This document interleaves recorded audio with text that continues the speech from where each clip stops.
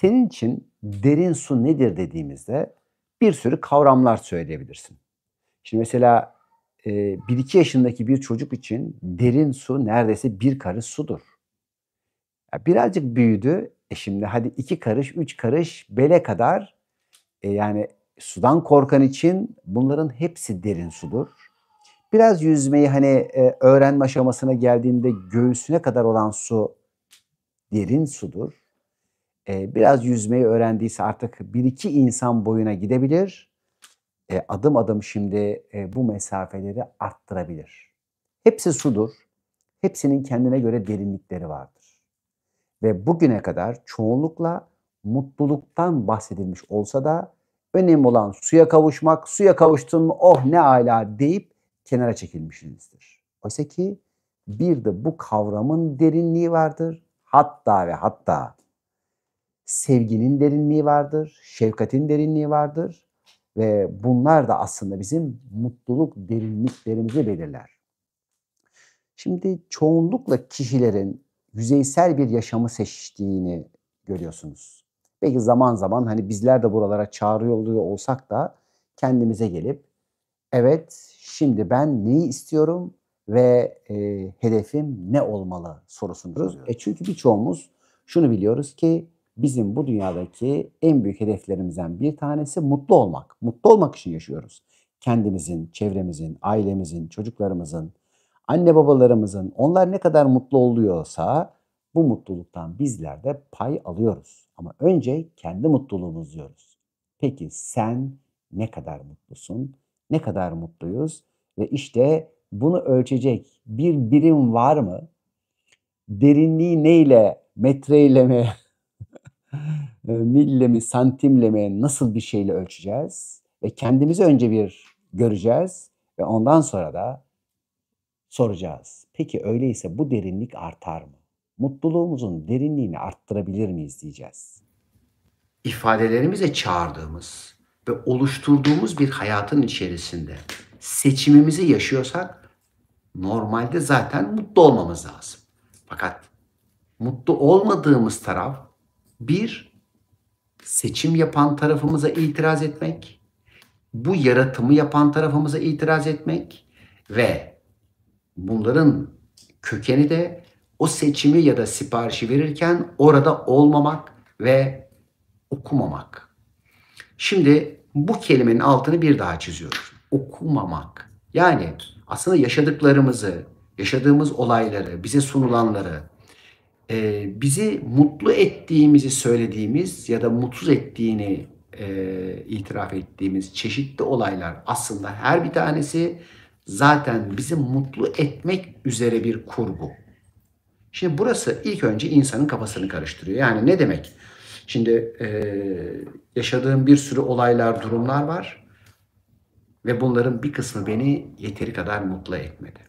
İşte bu mutlu etmeyen olaylara olan ihtiyaçları da bu sefer bir sistemle anlamak durumundayız.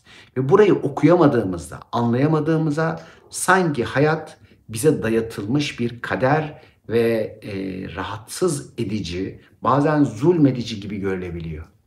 Oysa ki bu hayatın anlamını, mekanizmasını ve sistemini okuduğumuzda artık nasıl kullanacağınızı bildiğinizde ki diyelim ki yeni bir cep telefonu aldınız ve o telefonun, hani, şu anda diyelim ki, hani, Android'lerden iOS'lara falan geçiyorsunuz. Bir anda nasıl değişiyor bütün sistem? Aldınız ve şimdi bunu kullanmayı bilmiyorsunuz. Telefona bakıyorsunuz. Hangi tuşa bastığınızda ne oldu? Hele bir de ilk başta bazen yurt dışından aldığınızda Çince falan çıkıyordu. Hiç yapamıyordunuz. Yani oradan hani dili bilmem neye geçene kadar. Şimdi düşünün ki hayat böyle ve anlamıyorsun. Anlamadığında bir sürü tuşlara basıyorsun ve sana bir yemekler geliyor.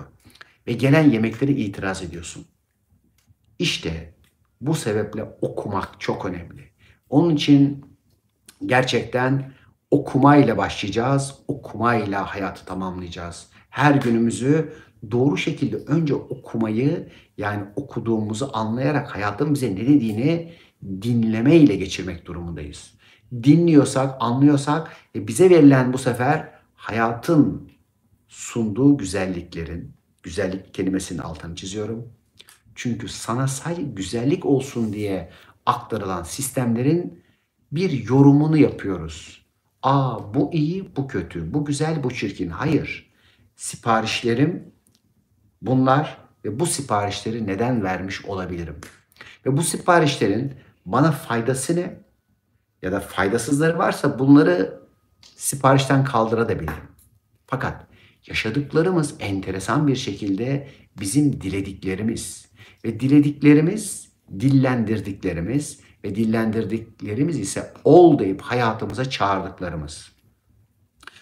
Diğer taraftan bu mekanizmayı görmezden gelme ihtiyacında olanlarımız.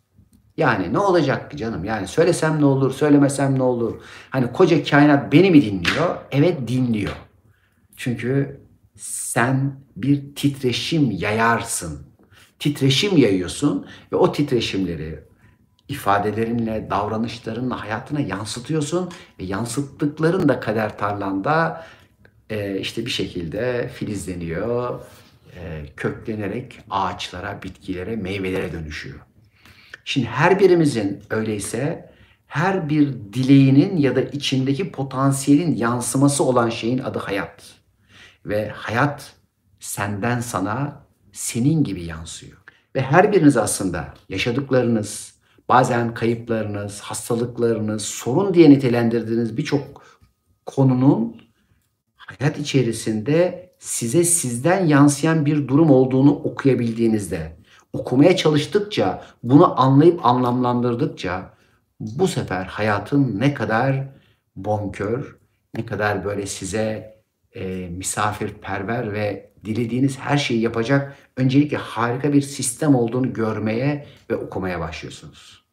İşte bunu okuyanlar, okuyabilenler için bu sefer hayat ile didişmek, hayat ile kavga etmek yerine öncelikle olanın okunması, güzelliklerinin fark edilmesi ve bu güzellikleri fark ederek de bu sefer şimdi yeni bir geleceği nasıl şekillendireyim ve şimdi yeni mutluluk planları nasıl yapayım demeye başlıyoruz. Hadi kiminiz bir şey ürettiğinde, kiminiz bir şey başardığında, kiminiz güzel bir övgü aldığında, kiminiz onaylandığında, kiminiz bir hayali gerçekleştirdiğinde mutlu oldunuz. Kiminiz bir insanı sevindirdiğinde, bir yardım, bir paylaşma içerisinde mutlu oldunuz. Evet, bunların her bir tanesi çeşitli şekillerde bir kademeydi. Bir suyla buluşmak en azından bir su birikintisine gelip ayağımızı sokmaktı. Dedik ya, bunların bir derinliği var ve derinliğini arttırabilmek için neler yapabiliriz? Şimdi bu soruyu yazdık. Şimdi burada cevaplanması üzerine açalım. Şimdi beden içerisinde bir sürü tatlarımız, lezzetlerimiz vardır. Bunlardan bir tanesi mesela haz melekemizle biz yemek yediğimizde bir tad alırız. Şimdi her birinizin damak tadı eşit olmadığı gibi bir yemeğin içinde alacağınız tat da eşit değildir. Bir sürü kademeleri, bir sürü böyle işin içinde derinlikler vardır. Yani bu tadı iyi alabilmenin arkasında çok enteresan bir bez vardır. Bunun adı epifiz yani pineal bezdir. Ve biz birçok tat ve lezzetle ilgili konuda buranın açıklığı kadar bir tat ve lezzet alırız. Ya olur mu? Bu koku, kokunun ya da tadın lezzetiyle epifizin ne alakası olacak? Sadece bu değil. Cinsellik de böyledir. Tensellik de böyledir. Yani teninizdeki bir dokunuş, bir hissiyatı da daha yüksek alırsınız ya da alamazsınız. Bazı arkadaşlarımız çok hassastır. Çeşitli sesleri kimisi çeşitli görüntüleri, kimisi tensel bazı olayları, kimisi duygusal bazı olayları çok daha şiddetli bir şekilde hissedebilir ve alabilir. Bunlarda da yine epifiz bezi çok daha faal, daha temizdir. En azından daha az kireç tutmuştur. İşte flor biraz daha az kaplamıştır vesaire. Şimdi burada öyleyse bizim endokrin merkezlerimizin doğru çalışması ve temiz çalışması önemlidir.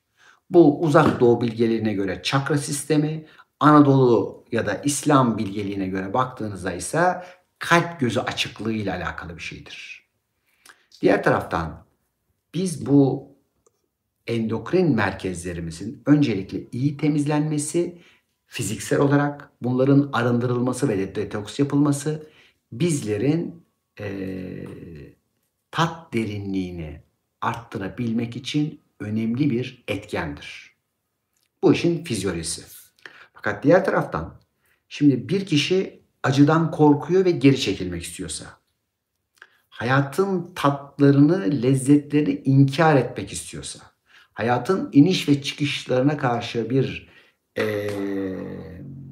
mesafe koyuyor, isyan ediyor, kabul edemiyorsa bu sefer hepsini toptan reddeder. Özellikle acılara karşı dirençler geliştirmek isteyenler. Bir olay gördü, bir ruhsal görü çevresinde bir şeyler gerçekleşti. Bu alanları kapatanlar. Bunlar tabii ki tatları ve lezzetleri de kapattılar. Çünkü orada kapanan bağlantı, rüyalarını kapatanlar, tat ve lezzetlerini kapattılar.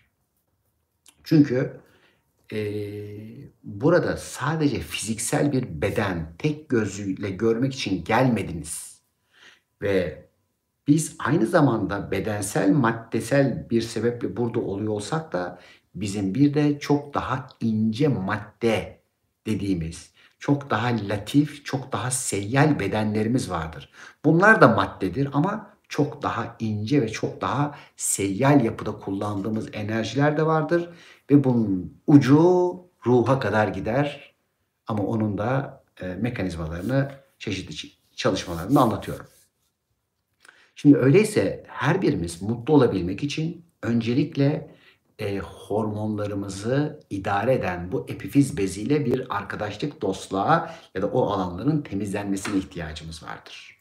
Bu işin temeli. Şimdi cinsellikte de mesela aynı şekilde cinsel tat derinlikleri de benzer şekildedir. Yani her bir çakranın patlaması ya da enerjisini bir üst çakraya gönderim sırasındaki oluşan enerji birikimleri cinsellikteki haz seviyelerini belirler. Yine aynı şekilde sizin bir yemeğin içerisindeki haz seviyelerinizi epifizinin katmanları içerisindeki onun tadını alabilmek ve alamamak belirler. Bir şefkat enerjisinin sizi ne kadar güzel sarıp sarmaladığının tesir ve lezzetinin içerisinde ne kadar hani böyle içine daha derine girebildiğinizin ya da bu konudaki kabiliyetiniz şefkat derinliğinizi belirler. Diğer taraftan sevgiyi alabilmek ve sevgiyi verebilmek ve gönlünüz içerisinde her türlü maddi beklenti ve çıkarı bırakabildikçe oluşturduğunuz boşluk ile oraya sevgi doldurma yeteneğiniz ve kapasiteniz de sevgi derinliğinizi belirler. İşte şefkat ve sevgi derinliklerinizin epifiz bezinin de yani ruhsal bağlantı, kendi özünüz ve ince bedenlerinizle bağlantı yeteneklerinizin arttırılabilmesi de bu dünya üzerinde siparişlerinizin ve aslında çağrılarınızın, muhabbetiniz sonucu hayatınıza davet ettiklerinizle buluşma anı da size mutluluklar sunar. Ve bu mutluluklar içerisinde siz ne kadar siparişinizle buluşursanız, sipariş ettiğiniz yerde ne kadar şuurunuz, farkındalığınız ile bulunduysanız, size sunulan hayat, olay ya da kaderle de buluştuğunuzdaki şükrünüz, mutluluk derinliğinizi belirler. Şimdi gelin bunun içine girelim. Şimdi bir mutlu edecek bir olayın içindesiniz. Diyelim ki bunu sadece bir kök çakra olarak hissettiniz. Bir kademede. O mutluluk sizi güzel kökleyebilir. Fakat bir kademe daha derinleştiğini hissedin ve bununla ilgili yeni mutluluklar üretmek üzere bu sefer bir akışkanlığa aldı o mutluluk seni. Şimdi hop aldı bizi ikinci seviye derinliğe. Bununla ilgili netleştin, kararlarını ve yepyeni bir şekilde hayatına yön verecek iradenle seçimler yaptın. Bir derine daha aldı. Gördüklerin, seyrettiklerin, yaşadıkların şimdi gönlünü açtı ve gönül rahatlığıyla olandan, çağırdığından razılığa geçtin ve kendinden razısın. Bu razılık seni Yaradan'ın senden razılığına götürür ki bu sefer kalbin çiçekler açmaya başlar. Şimdi mutluluğun biraz daha derinleşti. Bu mutluluğu dillendirdin, ifade ettin ve çevrenle paylaşmaya başladın. Bu sefer kendi mutluluk ışığını verdikçe ve verdiklerinin yansımalarında da o ışıltıları gördükçe şimdi biraz daha derinleşmeye başlarsın. Ve bunu gördükçe içindeki bu sefer eğrelti otlarını fark edip temizledikçe bir dönüşümün haline gelirsin. O mutluluk seni bir an içerisinde dönüştürmeye başlar. Evet, çok şükür ki şu ana kadar siparişim buydu. Fakat şimdi ihtiyaçlarımı görmeye başladım. Benim şimdi ihtiyaçlarım içinde bunlar da var. Öyleyse menüme bunları da ekliyorum. Bunları da ifade ediyorum. Bunları da dinlendiriyorum ve bunların vizyonlarıyla o mutluluğun derinlikleri içerisinde artık bir huşuya yolculuk başlar. İşte o huşuya yolculuk içerisindeki oluşan artık mutluluğun adı mutluluk değil, saadettir.